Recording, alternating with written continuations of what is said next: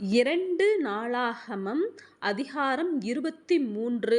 7ஆம் வருஷத்திலே யோய்தா திடன்கொண்டு 100க்கு அதிபதிகளாகிய ஏரோகாமின் குமாரன் அசரியாவையும் யோகனானின் குமாரன் இஸ்மவேலையும் ஓபேத்தின் குமாரன் அசரியாவையும் ஆதாயாவின் குமாரன் மாசெயாவையும் சிக்ரியின் குமாரன் எலிஷாபாத்தையும் தன் உடன்படிக்கைக்கு உட்படுத்தினான். அவர்கள் யூதாவிலே சுற்றித் திரிந்து யூதாவின் பட்டணங்களிலெல்லாம் இருக்கிற லேவியரையும் இஸ்ரவேலுடைய பிதாக்களின் வம்சத் தலைவரையும் கூட்டிக்கொண்டு எருசலேமுக்கு வந்தார்கள். அந்த சபையார் எல்லாரும் தேவனுடைய ஆலயத்தில் ராஜாவோடே உடன்படிக்கை செய்தார்கள். யோய்தா அவர்களை நோக்கி, இதோ கர்த்தர் தாவீதின் குமாரரைக் குறித்து சொன்னபடியே ராஜாவின் குமாரன் ராஜாவாக வேண்டும். நீங்கள் செய்ய வேண்டிய காரியம் என்னவென்றால், இவ்வாரத்தில் முறைப்படி வருகிற ஆசாரியரும் லேவியருமான உங்களில் 1/3 ஒலிமுக வாசல்களையும் 1/3 ராஜாவின் அரண்மனையையும் 1/3 அஸ்திபார வாசலையும் காக்கவும் ஜனங்களெல்லாம் கர்த்தருடைய ஆலய பிரகாரங்களில் இருக்கவும் வேண்டும். ஆசாரியரும் லேவியரில் ஊழியம் செய்கிறவர்களும் தவிர ஒருவரும் கர்த்தருடைய ஆலயத்திற்குள் பிரவேசிக்க வேண்டாம். அவர்களே உட்பிரவேசிப்பார்களாக. அவர்கள் பரிசுத்தமாக்கப்பட்டவர்கள். ஜனங்கள் எல்லாரும் கர்த்தருடைய காவலை காப்பார்களாக. லேவியர் அவரவர் தங்கள் ஆயுதங்களை தங்கள் கையிலே பிடித்து கொண்டவர்களாய் ராஜாவை சுற்றிலும் வரிசையாய் நின்று கொண்டிருக்க வேண்டும். ஆலயத்துக்குட்படுகிற எவனும் கொலை செய்யப்படக் கடவன்.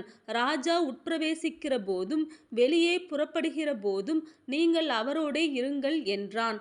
ஆசாரியனாகிய யோய்தா கட்டளையிட்டபடியெல்லாம் லேவியரும் யூதா கோத்திரத்தார் அனைவரும் செய்து அவரவர் அவ்வாரத்து முறைப்படி வருகிறவர்களும் முறை தீர்த்து போகிறவர்களுமான தம் தம் மனுஷரை கூட்டிக் கொண்டு போனார்கள்.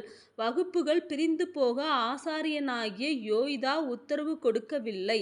தாவீது ராஜா தேவனுடைய ஆலயத்தில் வைத்திருந்த ஈட்டிகளையும் கேடகங்களையும் பரிசைகளையும் ஆசாரியனாகிய யோய்தா 100 பேருக்கு அதிபதியினிடத்தில் கொடுத்து, அவரவர் தங்கள் ஆயுதங்களை கையிலே பிடித்து கொண்டவர்களாய் ஆலயத்தின் வலது பக்கம் தொடங்கி ஆலயத்தின் இடது பக்கம் மட்டும் பலிபீடத்துக்கும் ஆலயத்துக்கும் எதிரே ராஜாவை சுற்றிலும் நிற்க ஜனங்களை எல்லாம் நிறுத்தினான்.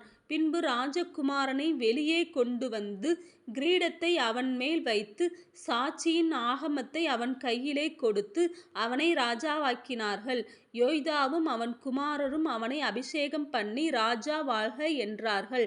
ஜனங்கள் ஓடி வந்து ராஜாவை புகழுகிற சத்தத்தை அத்தாலியால் கேட்டபோது அவள் கர்த்தருடைய ஆலயத்திற்கு ஜனங்களிடத்தில் வந்து, இதோ நடையிலுள்ள தன்னுடைய தூணண்டையிலே ராஜா நிற்கிறதையும் ராஜாவண்டையில் நிற்கிற பிரபுக்களையும் எக்காலம் ஊதுகிறவர்களையும் தேசத்து ஜனங்கள் எல்லாரும் சந்தோஷப்பட்டு எக்காலங்கள் ஊதுகிறதையும் கீதவாத்தியங்களை பிடித்து கொண்டு பாடகரும் சங்கீத தலைவரும் துதிக்கிறதையும் கண்டாள். அப்பொழுது அத்தாலியால் தன் வஸ்திரங்களை கிழித்து கொண்டு துரோகம் துரோகம் என்று கூவினாள்.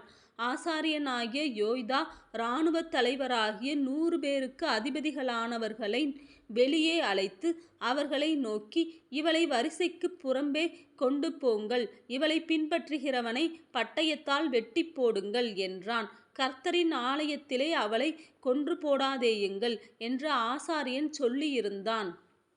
அவர்கள் அவளுக்கு இடமுண்டாக்கின போது அவள் ராஜாவின் அரண்மனையிலிருக்கிற குதிரைகளின் வாசலுக்குள் பிரவேசிக்கும் இடம் மட்டும் போனாள். அங்கே அவளை கொன்று போட்டார்கள். அப்பொழுது யோய்தா தாங்கள் கர்த்தருடைய ஜனமாயிருக்கும்படிக்கு தானும் சகல ஜனங்களும் ராஜாவும் உடன்படிக்கை பண்ணிக்கொள்ளும்படி செய்தான்.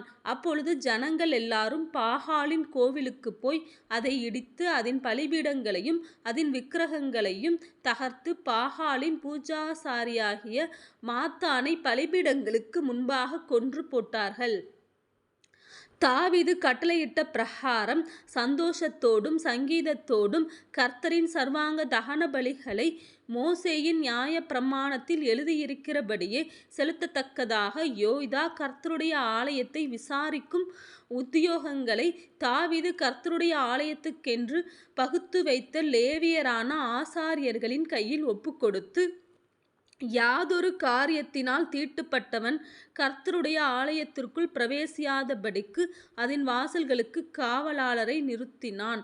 100 பேருக்கு அதிபதிகளையும் பெரியவர்களையும் ஜனத்தை ஆளுகிறவர்களையும் தேசத்து சமஸ்த ஜனங்களையும் கூட்டிக்கொண்டு ராஜாவை கர்த்தருடைய ஆலயத்திலிருந்து இறங்க பண்ணி உயர்ந்த வாசல் வழியாய் ராஜ அரண்மனைக்குள் அழைத்து வந்து அரசாளும் சிங்காசனத்தின் மேல் ராஜாவை உட்கார பண்ணினார்கள். தேசத்து ஜனங்கள் எல்லாரும் மகிழ்ந்தார்கள். அத்தாலியாளை பட்டயத்தால் கொன்ற பின்பு நகரம் அமைதியாயிற்று.